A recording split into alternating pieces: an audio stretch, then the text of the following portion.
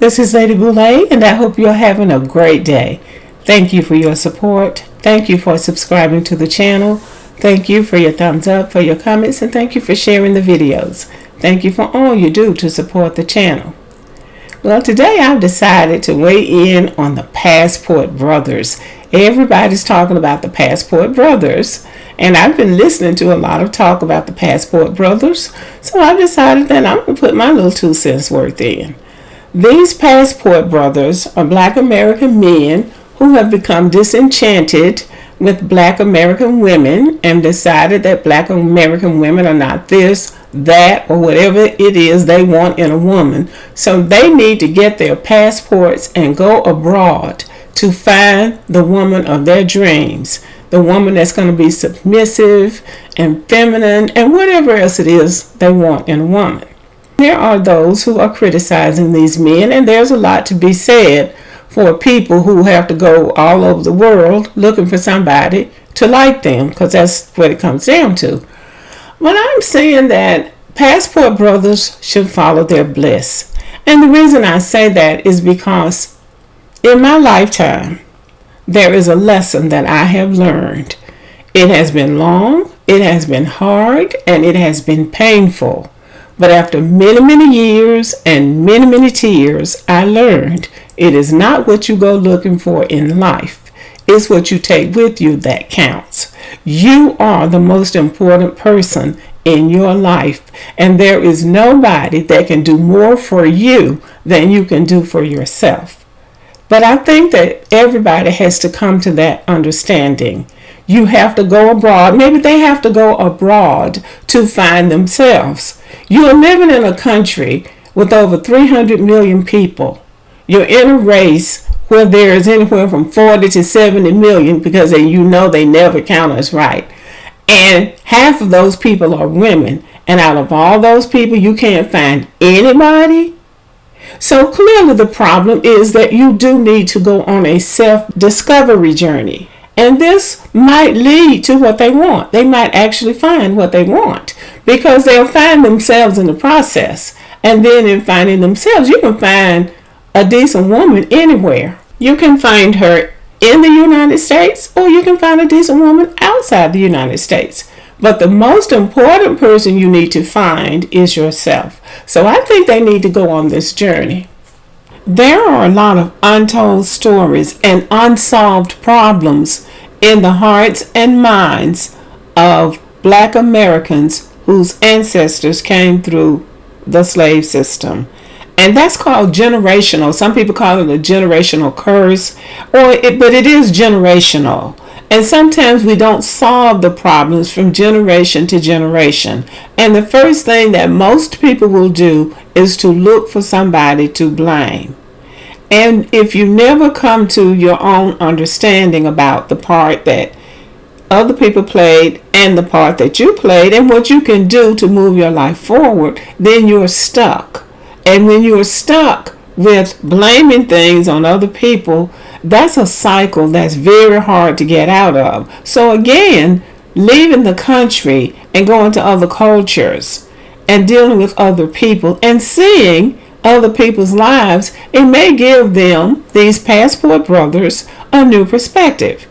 I have a brother who spent many years in the United States Air Force. As a matter of fact, he retired from the Air Force.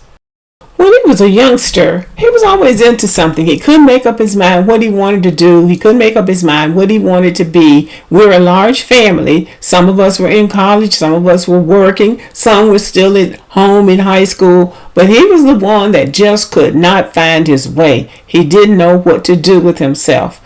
And one day my father said to him, "Son, you are going to have to do something constructive with your life." The next thing we knew, he had joined the Air Force. And in the Air Force, he found himself.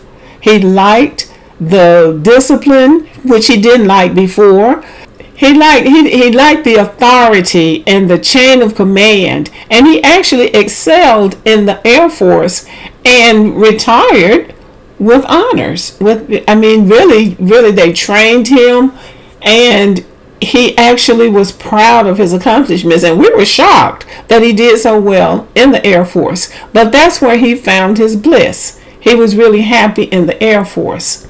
I believe that the most important thing that he discovered while living abroad was that there are people in the world that are much worse off than Black Americans. Black Americans went through this trauma tragedy called slavery, and we still have not really, I say, gotten angry about it. Many of us are upset about it, but we still kind of blame each other for the issues that we have, as opposed to blaming it on the system that was imposed on us. During the slave system, many black men disassociated from black women and black children, the main reason being that they could not protect their families, they could not protect themselves, and they could not shield their families from the humiliating conditions that they found themselves in. And there were many. And because they could not protect themselves or their families, they pulled away. To further complicate this, in 1808, Congress passed the Prohibiting the Importation of Slaves Act, which meant that they were not supposed to bring any more slaves into the United States. Now, they did, but it was against the law. To further compensate for the loss of the slaves that would be coming, they created those breeding farms where they picked these so-called bucks, these studs, and they would just go into the slave women for the sole purpose of impregnating those women to create more slaves. The men had no emotional connection to the women or the children. They were not expected to do anything for those children. Those children were property of the plantation. So that caused a further division between black men and black women. The problem is that somehow we never get around to blaming the system that created these things. We turn on each other and blame each other. Black women were as much a victim of the plantation system as black men, and why we don't recognize that is beyond me. But all of this hurt and turmoil that black men are carrying began during slavery.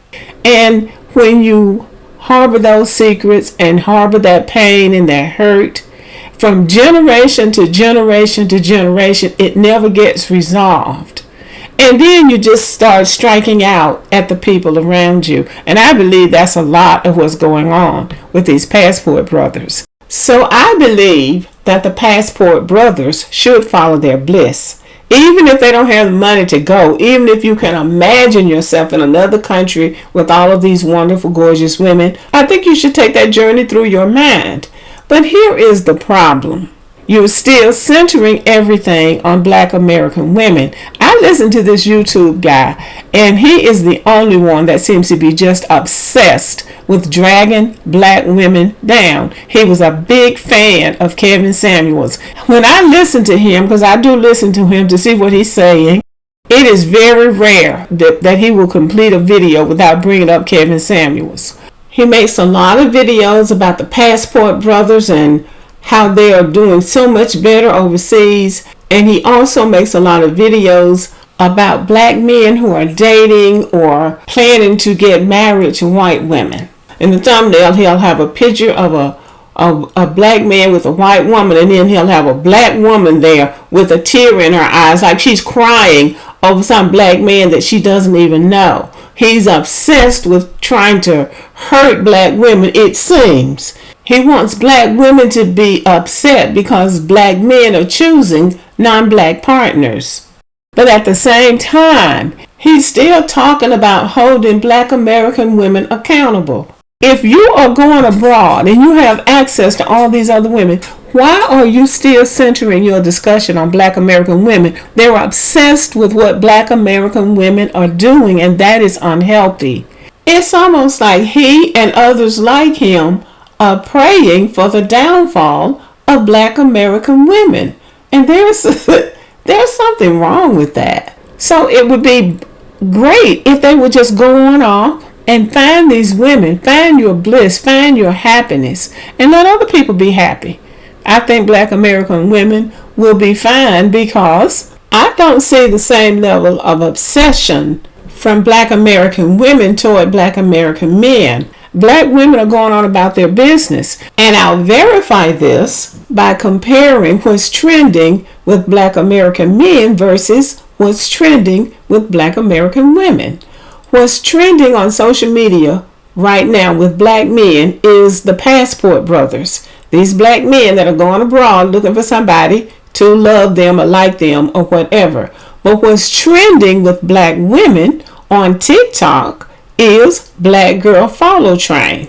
This Black Girl Follow Train is the #1 trending topic on TikTok. This one woman posted this video in which she said, if you are a black girl, follow me and I'll follow you back. This trend has been hugely successful. Black women were trying to boost their following on TikTok and also trying to make it easier for them to find each other on TikTok. Their complaint was that if they typed something in about hairstyles or makeup or whatever they were concerned about, they had to always add black girl because what's going to always pop up is something to do with white women. So they said if you just do Black Girl Follow, then you build your own platform or you build your own following and then you connect with each other. And they have had wonderful testimonials from that Black Girl Follow Train. Now the downside of it is that white women are complaining that it's racist and that they shouldn't be able to make a trend where everybody's not included.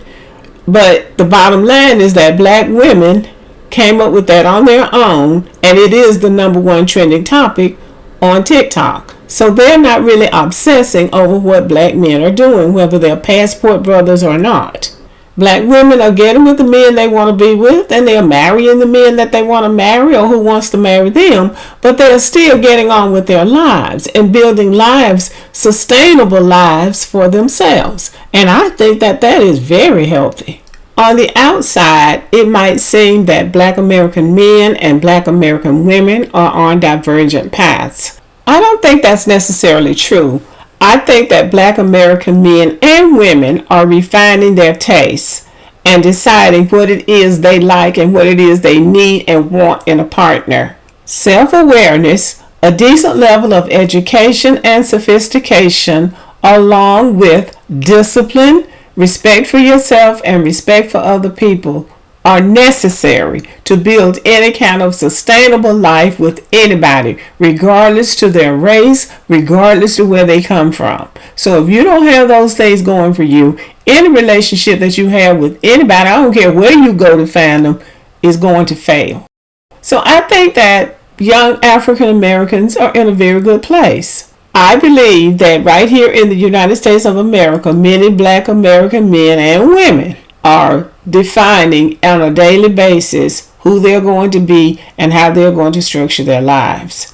And if you can find that partner here in the United States, most of them will. Most black men, at the end of the day, most Black American men are going to find their partners right here in the United States, where there are tens of millions of black women. And for those who feel like they need to go abroad, I think we should wish them well.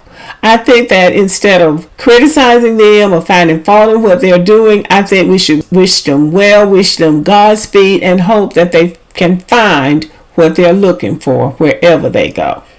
But let me know what you think about this. Thank you for listening. Subscribe to the channel, give me a thumbs up, leave a comment, share the video, and as always, have a great day.